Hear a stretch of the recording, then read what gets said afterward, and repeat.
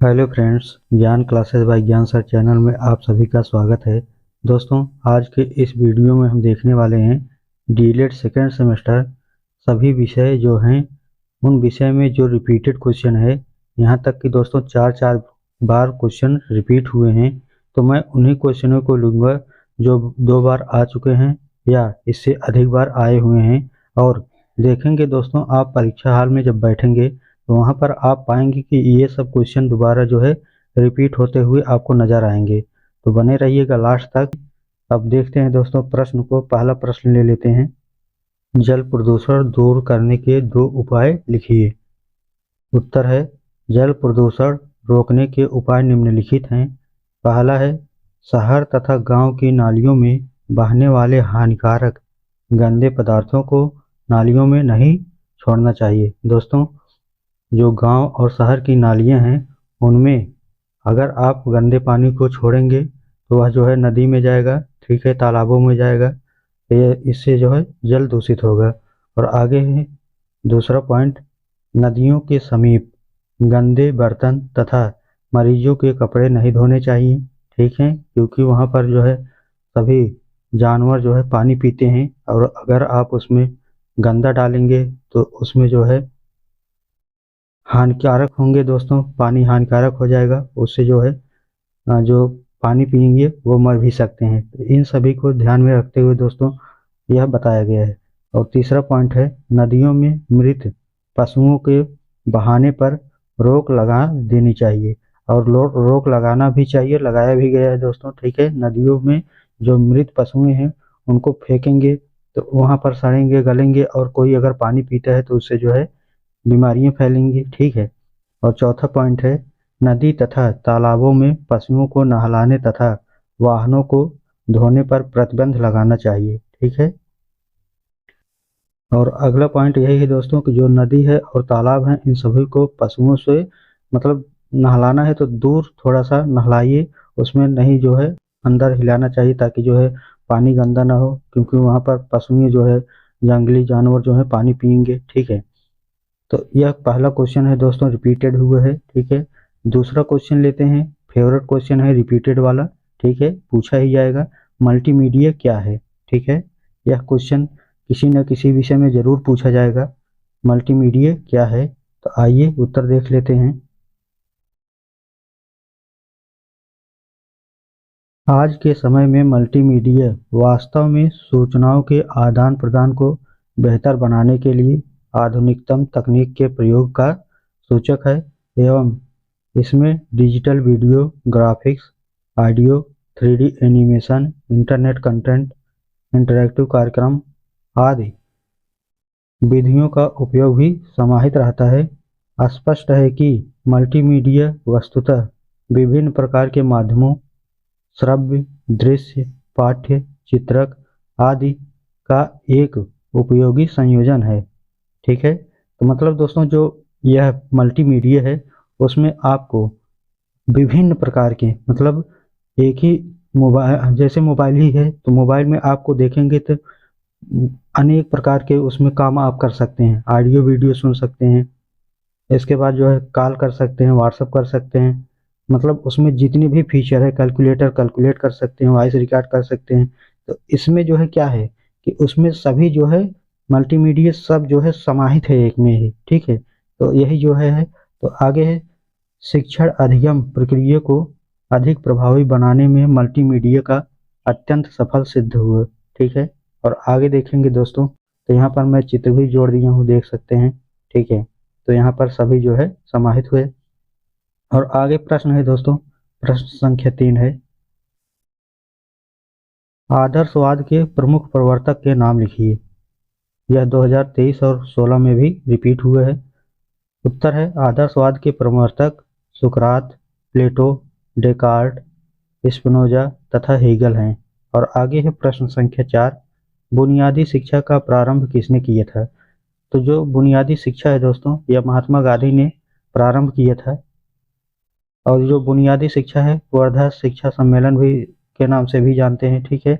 और यह महात्मा गांधी ने दिया था बुनियादी शिक्षा, ठीक है। और आगे है प्रश्न संख्या 5, प्लेटो द्वारा स्थापित संस्था का नाम। जो प्लेटो ने संस्था स्थापित किया था उनका नाम था द एकेडमी। ठीक है, और आगे देखेंगे प्रश्न संख्या 6 है, राज्य से क्या अभिप्राय है। ठीक है, तो यहाँ पर उत्तर होगा दोस्तों I.L. कैंडिल के अनुसार राज्य की परिभाषा एक सुसंगठित राजनीतिक समुदाय के रूप में दी जा सकती है जिसके साथ सरकार होती है तथा जिसे लोग द्वारा मान्यता प्राप्त होती है, जिसे लोगों द्वारा मान्यता प्राप्त होती है। आगे है प्रश्न संख्या 7, शिक्षा को प्रभावित करने वाले प्रमुख कारकों को लिखिए। तो उत्तर हो जाएगा जो शिक्षा है दोस्तों उनको क्या क्या प्रभावित करता है। तो पहला परिवार जो है प्रभावित कर सकते हैं, समाज प्रभावित कर सकते हैं, विद्यालय प्रभावित कर सकते हैं और जनसंचार प्रभावित कर सकते हैं। ठीक है, और आगे देखेंगे प्रश्न संख्या 8, इसमें आपको अगर बढ़ाना है तो हेडिंग डाल करके बढ़ा सकते हैं। अति लघुत्तरीय प्रश्न है तो ज़्यादा बड़ा उत्तर भी नहीं लिखना है। ठीक है, और आगे देखेंगे दोस्तों प्रश्न संख्या 8 है, 3 बार क्वेश्चन रिपीट हुए हैं। शिक्षा के सार्वभौमिकरण से क्या आशय है। यह 2022, 21 और 19 में पूछा गया प्रश्न है। उत्तर है लोकतंत्र में जाति, धर्म का, रंग भेद या स्तर आदि का भेदभाव किए बिना सभी को अपने व्यक्तित्व का पूर्ण विकास करने के लिए समान अवसर प्रदान किया जाना चाहिए। इस बात को ध्यान में रखकर संविधान की धारा 29(2) में सार्वभौमिक शिक्षा की व्यवस्था की जाती है। धारा 29(2) में कहा गया है कि राज्य सरकार द्वारा संचालित व सहायक जो सहायता है उसे प्राप्त किसी भी शिक्षा संस्था में किसी भी व्यक्ति को जाति, धर्म, रंग, भाषा के आधार पर प्रवेश देने के लिए मना नहीं किया जा सकता है। ठीक है, तो इनमें दोस्तों जो 29 का 2 है और धारा 29 का जो 2 है इसमें यह भी बताया गया है कि जो जाति है, धर्म है, रंग भेदभाव के आधार पर इसमें किसी को ऐसा नहीं है कि विद्यालय में प्रवेश नहीं दिया जाएगा। ठीक है, तो शिक्षा से वंचित किया जाएगा। तो इनमें यही बताया गया है कि आपको सभी को बराबर तरह के शिक्षा दिए जाएंगे। ठीक है, और आगे है प्रश्न संख्या 9। प्रश्न संख्या 9 क्या है दोस्तों, जल संचय की उपयोगिता बताइए। यह 2022 और 19 में आया हुआ प्रश्न है। उत्तर है भारत में जल का प्रमुख प्रयोग सिंचाई के लिए किया जाता है। सिंचाई द्वारा देश में न केवल कृषि में ही वृद्धि हुई बल्कि भूमि की उत्पादकता में भी वृद्धि हुई। जो भारत है दोस्तों, भारत में जो सिंचाई होती है ज़्यादातर पानी वहीं पर खर्चा होता है सिंचाई करने में, और जब सिंचाई होती है दोस्तों तो उत्पादन भी बढ़ता है। और आगे है इस प्रकार खाद्यान्न के उत्पादन में भारी मात्रा में जल की आवश्यकता होती है। इसके अतिरिक्त घरेलू तथा औद्योगिक कार्यों के लिए भी विशाल मात्रा में जल की आवश्यकता होती है। इसीलिए जल को बचाना यानी व्यर्थ खर्च नहीं करना चाहिए, यही जल संरक्षण कहलाता है। ठीक है, और आप इसमें भी लिखना चाहेंगे तो हेडिंग डाल करके लिख सकते हैं, जैसे रेन हार्वेस्टिंग हुए पानी को कैसे बचाया जा सकता है। ठीक है, तो वर्षा के जल को कैसे उसको एकत्रित करके कैसे आपको सुरक्षित रख लेना है, और इन सभी के बारे में भी आप लिख सकते हैं। आगे है प्रश्न संख्या 10, भूमंडलीय को परिभाषित करें। यह 2023 और 21 में आया हुआ प्रश्न है। उत्तर है भूमंडलीय वह प्रक्रिया है जिसके द्वारा वस्तुओं, सेवाओं और सूचनाओं का जो राष्ट्रीय सेवाओं का आर पार स्वतंत्र रूप से संचरण करना है, जैसे वस्तुओं, सेवाओं, व्यक्तियों और सूचनाओं का वर्णन करना। ठीक है, तो जो भूमंडलीय प्रक्रिया है दोस्तों यह क्या है कि जो वस्तु है, ठीक है, वस्तुओं का, सेवाओं का, सूचनाओं का, ठीक है, यह क्या है आर पार स्वतंत्र रूप से संचरण करना। ठीक है, स्वतंत्र रूप से एक स्थान से दूसरे स्थान पर मतलब इसका आदान प्रदान करना। आगे है प्रश्न संख्या 11, लैंगिक समानता से आप क्या समझते हैं। 2023 और 21 में आया हुआ प्रश्न है। तो उत्तर है पुरुष और स्त्री को समान अधिकार प्राप्त हो, उन्हें ही लैंगिक समानता कहते हैं, जिसमें दोनों में भेदभाव नहीं किया जाए। जो स्त्री हैं, जो पुरुष हैं, उनमें कोई भेदभाव ना हो, उनको शिक्षा समान दी जाए, ठीक है। और किसी भी क्षेत्र में समान बराबर भागीदारी दी जाए, और इन्हीं को जो है आपको लिखना है एग्जाम में।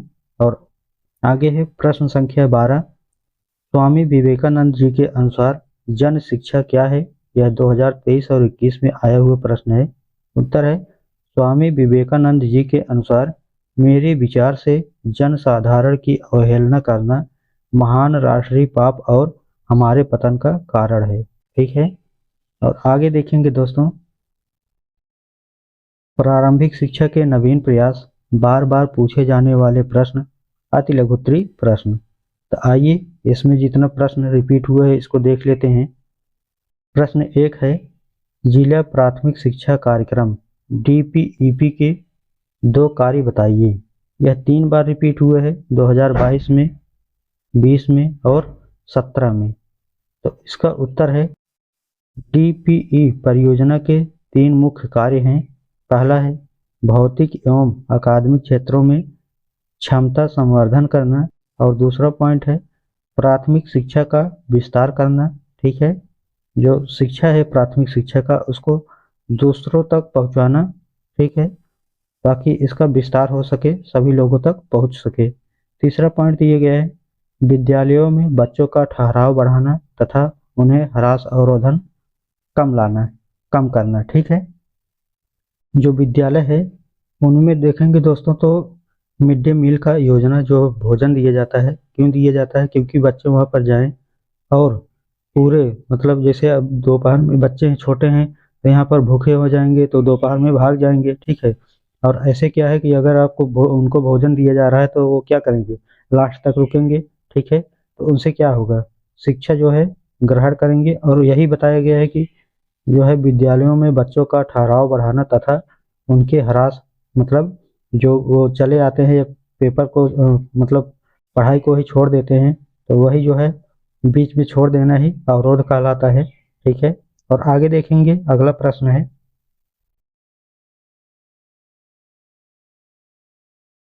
प्रश्न संख्या 2 है, ब्रिज कोर्स से आप क्या समझते हैं? 2021 और 2017 में आया हुआ प्रश्न है। उत्तर है, ब्रिज कोर्स से आशय, ब्रिज कोर्स से तात्पर्य है ऐसा कोर्स जो शिक्षा से वंचित या ड्रॉप आउट बच्चों को या ऐसे बालकों को जो किसी वजह से शिक्षा से जुड़ नहीं पाए, उन्हें शिक्षा से जोड़ने के लिए ब्रिज कोर्स कराया जाता है। ठीक है, जैसे जो गांव के बच्चे हैं वहाँ पर देखेंगे तो कोई कोई बच्चा जो है बहुत बड़ा हो जाता है। ठीक है, 12 साल, 13 साल या 14 साल, 15 साल, तो वो क्या है कि जो है शिक्षा से दूर रहते हैं। या कोई कोई क्या है कि जो पढ़ाई किए हैं बीच में ही छोड़ दिए हैं, तो इन बच्चों को जो है ड्रॉप आउट जो है कि इनके माध्यम से जो है क्या किया जाता है कि जो बच्चे छोड़ चुके हैं उनको फिर से जो है उस धारा में उन शिक्षा को ग्रहण करने के लिए, शिक्षा को जारी रखने के लिए ब्रिज कोर्स कराया जाता है। ठीक है, और आगे है प्रश्न संख्या 3, राज्य शैक्षिक अनुसंधान एवं प्रशिक्षण परिषद के किन्हीं 2 कार्यों को बताइए। 2021 और 17 में आया हुआ प्रश्न है। तो उत्तर है, राज्य शैक्षिक अनुसंधान एवं प्रशिक्षण परिषद SCERT के कार्य। तो इसका पहला है दोस्तों, प्रारंभिक स्तरीय शिक्षकों के लिए सेवापूर्ण एवं सेवारत प्रशिक्षण कार्यक्रमों का आयोजन। और आगे है दूसरा पॉइंट, प्राथमिक एवं उच्च माध्यमिक कक्षाओं के लिए पाठ्यक्रम, पाठ्यपुस्तक, शिक्षक संदर्भिकाओं एवं अन्य उपयोगी साहित्य का विकास। और आगे है तीसरा, शोध सर्वेक्षण एवं नवाचार कार्यक्रम का संचालन। आपको ज़्यादा नहीं लिखना है, प्रयास करिएगा 30 वर्ड तक आप जाएं, या अगर कम हो रहा है तब भी कोई दिक्कत नहीं। 2 ही इसमें कार्य बताए गए हैं, तो 2 कार्य लिख करके आपको आगे बढ़ जाना है। ठीक है, और आगे देखेंगे प्रश्न संख्या 4 है, स्कूल रेडीनेस कार्यक्रम की विशेषता बताइए। 2020 और 17 में आया हुआ प्रश्न है। उत्तर है स्कूल रेडीनेस कार्यक्रम की विशेषताएं, हेडिंग डाल करके उसमें लिखिएगा। यह कार्यक्रम उन लोगों के लिए बनाया गया है जो कक्षा 1 में सीधे प्रवेश करते हैं। कक्षा 1 के पहले पूर्व प्राथमिक शिक्षा का उन्हें किसी भी प्रकार का अनुभव प्राप्त नहीं होता है। बालकों को प्रारंभिक 6 सप्ताह से 2 माह तक की अवधि तक बालकों को पूर्व प्राथमिक शिक्षा के अनुभव प्रदान किए जाते हैं और उन्हें विद्यालय के लिए तैयार किया जाता है। ठीक है, जैसे क्या है दोस्तों कि जो बच्चे हैं, गांव के बच्चे अधिकतर होते हैं जो स्कूल नहीं जाते हैं। ठीक है, या कोई कोई बच्चा तेज होता है तो सीधे जो है उसको 1 में कर दिया जाता है। तो उनको जो है क्या है कि जो प्री स्कूल कक्षाएं होती हैं, ठीक है, तो उनको जो है अनुभव नहीं होता है। ठीक है, तो उनको अनुभव कराने के लिए ही जो है स्कूल रेडीनेस कार्यक्रम चलाया गया है। तो उनको जो है कुछ महीने, 6 महीने या कुछ ऐसे समय है, ठीक है, 6 महीने की अवधि, 6 सप्ताह जो है उनको जो है क्या किया जाएगा, 6 सप्ताह 2 माह तक लगभग यह कार्यक्रम चलाया जाता है, मतलब उनको पढ़ाया जाता है और इसके बाद उनको आगे की कक्षाएं जारी रखा जाता है। ठीक है, और आगे है प्रश्न संख्या 5, शिक्षा के सार्वभौमिकरण से क्या आशय है। तो उत्तर हो जाएगा शिक्षा का सार्वजनिकरण या लोकव्यापीकरण या सार्वभौमिकरण का शाब्दिक अर्थ है शिक्षा का किसी निश्चित स्तर तक सभी लोगों के लिए अनिवार्य एवं निःशुल्क रूप से उपलब्ध होना। ठीक है, तो यह जो शिक्षा है दोस्तों, इसको आप और बढ़ा करके लिख सकते हैं।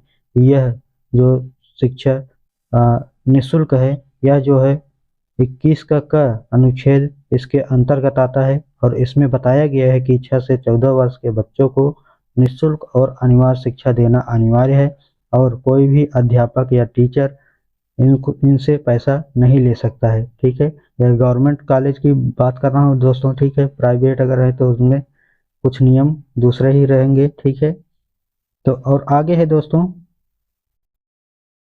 प्रश्न संख्या 6 है पी मोस्ट कार्यक्रम का पूरा नाम लिखिए। तो पी मोस्ट कार्यक्रम का नाम लिखना है पी मोस्ट अध्यापकों की विस्तृत अभिन्यास कार्यक्रम, programme of mass orientation of school teachers. और आगे है प्रश्न संख्या 7, एनसीईआरटी के प्रमुख कार्य बताइए। यह 3 बार रिपीट हुआ है क्वेश्चन 2023, 21 और 19 में। तो उत्तर है एनसीईआरटी के प्रमुख कार्य। तो पहला कार्य क्या है, अनुसंधान और नवाचार, और दूसरा है आदर्श पाठ्यक्रम, तीसरा है राष्ट्रीय शिक्षा संस्थान, चौथा है अध्यापक शिक्षा और आगे है विशेष शिक्षा और विस्तार सेवा विभाग और पांचवा है विज्ञान किट। ठीक है, और आगे देखते हैं दोस्तों, आगे है प्रश्न संख्या 8, डीपीईपी का प्रारंभ किस योजना के आधार पर किया गया। तो 2021 और 2019 में आया हुआ प्रश्न है। ठीक है, और उत्तर है संशोधित राष्ट्रीय शिक्षा नीति 1992 के अनुसरण में शिक्षा को सर्वसुलभ बनाने के लिए विश्व बैंक इसमें सहायता करता है। ठीक है, और आगे है प्रश्न संख्या 9, बीईपी क्या है 2023 से 2021 में पूछा गया है। उत्तर है शैक्षिक शिक्षा परियोजना बीईपी 5 अक्टूबर 1993 से प्रभावी है। यह परियोजना प्रदेश में बेसिक शिक्षा की सुव्यवस्था हेतु संचालित की गई। इस परियोजना के अंतर्गत बेसिक शिक्षा के सार्वजनिकरण पर प्रमुख रूप से महत्व दिया गया। सार्वजनिकरण के लक्ष्य की प्राप्ति हेतु विद्यालयों में बच्चों के नामांकन एवं ठहराव में वृद्धि करना तथा उन्हें गुणवत्तापूर्ण शिक्षा उपलब्ध कराना इनका उद्देश्य था। ठीक है, जो बीईपी है दोस्तों, यह परियोजना लाई गई 5 अक्टूबर 1993 को। ठीक है, यहाँ से जो है प्रभावी हो गई और इसमें जो है मेन जो लक्ष्य था बच्चों के नामांकन को बढ़ाना।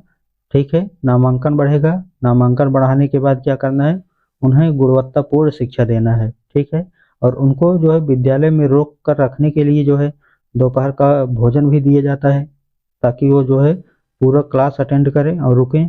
ठीक है। और आगे है प्रश्न संख्या 10, ब्रिज कोर्स से क्या आशय है?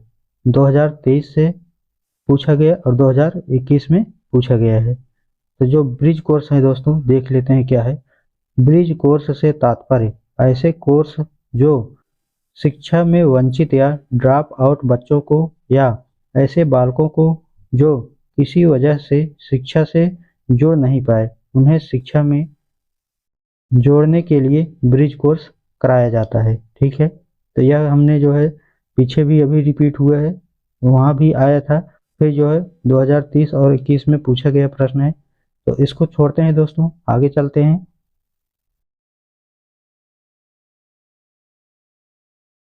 आगे देखते हैं दोस्तों, विज्ञान विषय लेते हैं। विज्ञान विषय में जितने क्वेश्चन रिपीट हुए हैं उनको हम एक बार देख लेते हैं।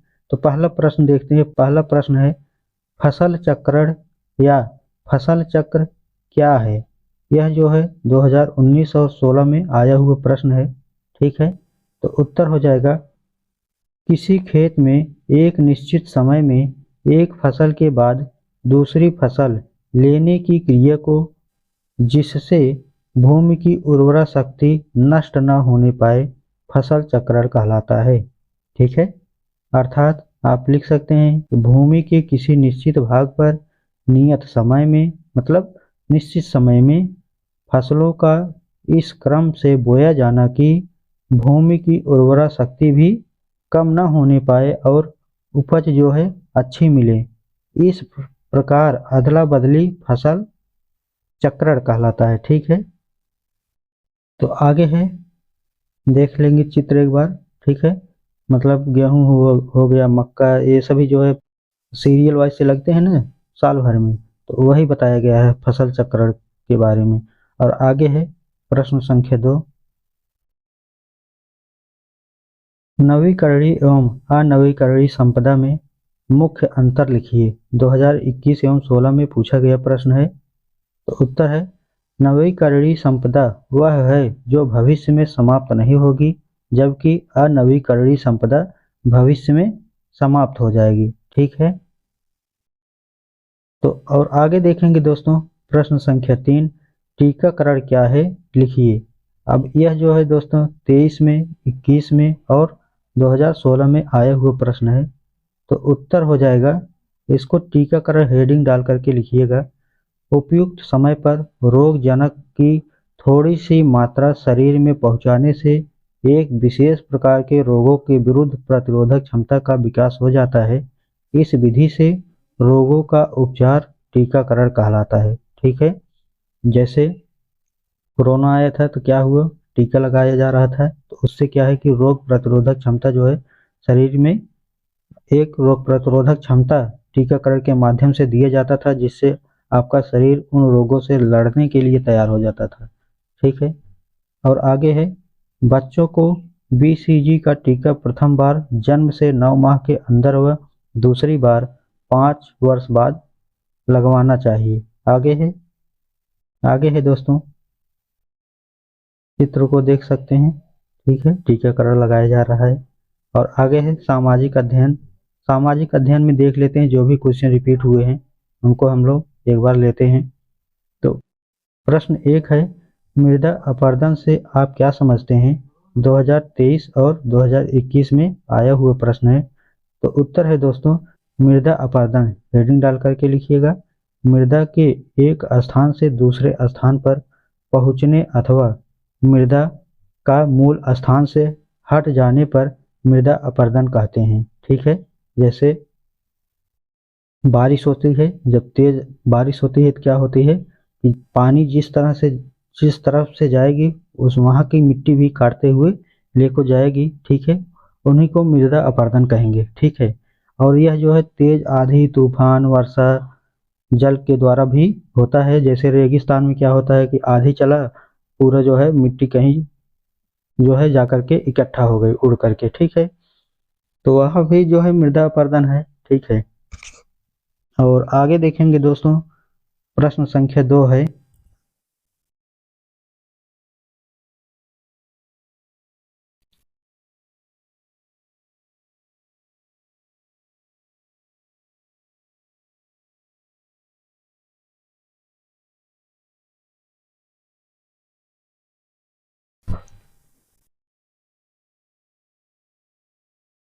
भारत चीन का युद्ध कब हुआ था? यह 2023 और 16 में आए हुए प्रश्न है।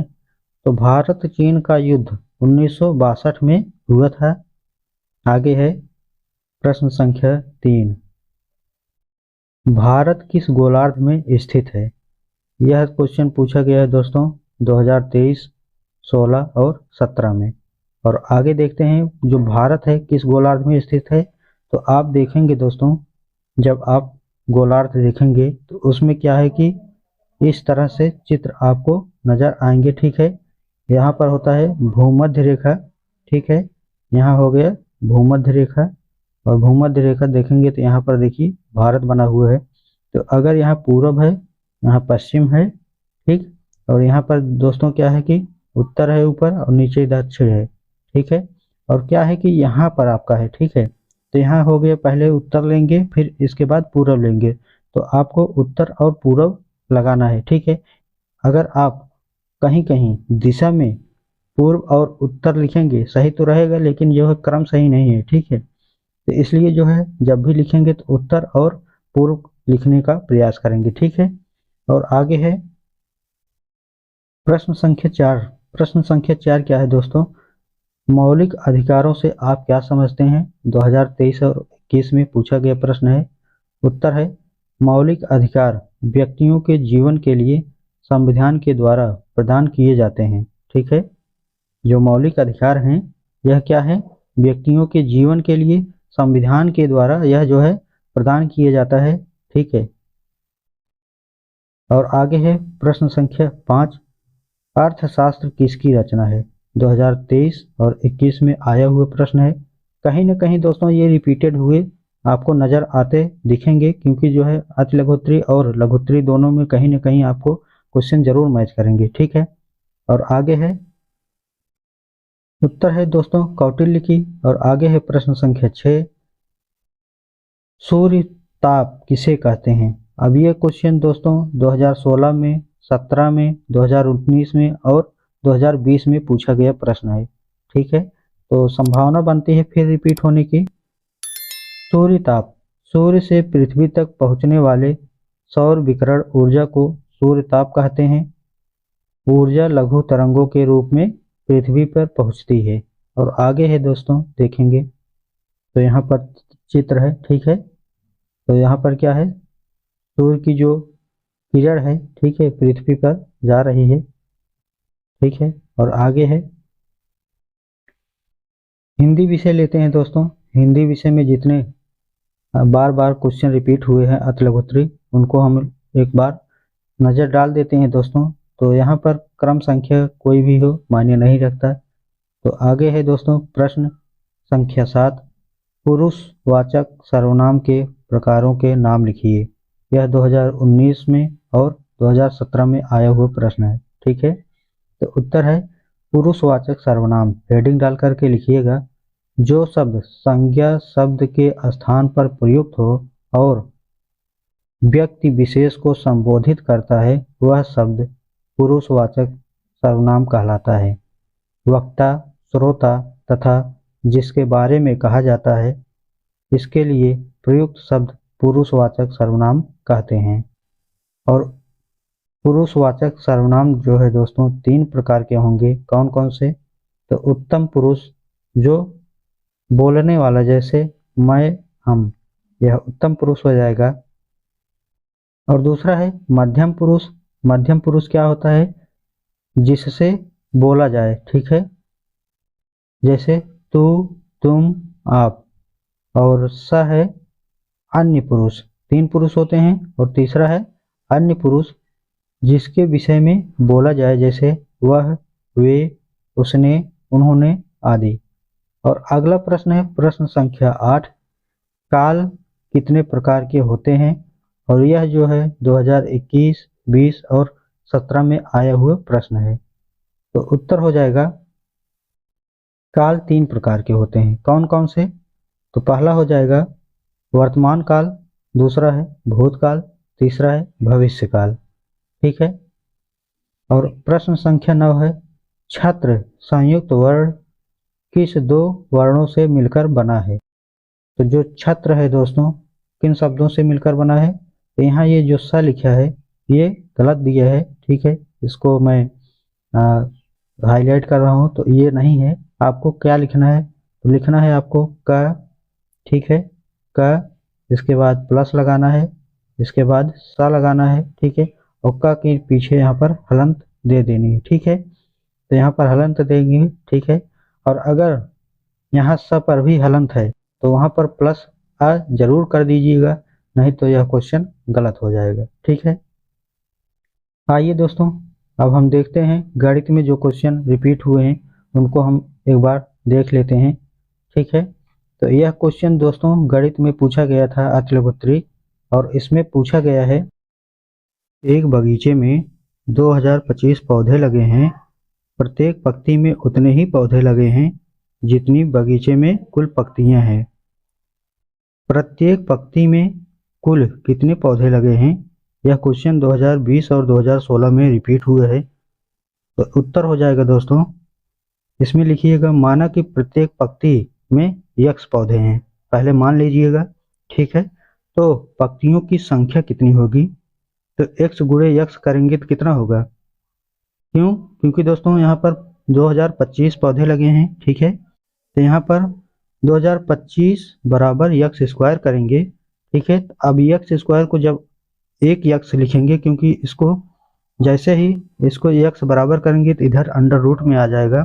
जब अंडर रूट में आ जाएगा दोस्तों, तो इसको जब वर्ग निकालेंगे तो यह जो है 45 उत्तर हो जाएगा, ठीक है। अब इंग्लिश में दोस्तों ऐसा कोई क्वेश्चन रिपीट नहीं हुआ है, ठीक है, आया उसी टॉपिक पर है, लेकिन थोड़ा सा क्या है कि सेंटेंस चेंज हुआ है, तो वहाँ पर कोई क्वेश्चन ऐसा नहीं मिला मुझे जो रिपीट हुआ है, ठीक है दोस्तों। तो आपको वीडियो कैसा लगा हमें कमेंट में ज़रूर बताइएगा दोस्तों। आप लाइक ज़रूर कर दीजिएगा और चैनल को सब्सक्राइब कर दीजिएगा पहली बार आए हैं तो, और दोस्तों के साथ इसको शेयर ज़रूर कर दीजिएगा। चलिए, जैसे ही दोस्तों आप इसको प्यार और सपोर्ट देंगे, हम जो है रिपीटेड क्वेश्चन को, लघुत्तरी प्रश्न को लेकर के जल्द ही आ जाएंगे 1 से 2 दिनों में, ठीक है। तो आपको लाइक ज़रूर करना है, शेयर ज़रूर करना है, कमेंट भी ज़रूर करना है अगर कर पाए तो, ठीक है, अच्छा सा, और बताइएगा वीडियो उसमें कैसा लगा है, ठीक है। और चलिए दोस्तों, हम नेक्स्ट वीडियो में फिर मुलाकात करते हैं, तब तक के लिए बाय बाय, धन्यवाद, टेक केयर, थैंक यू।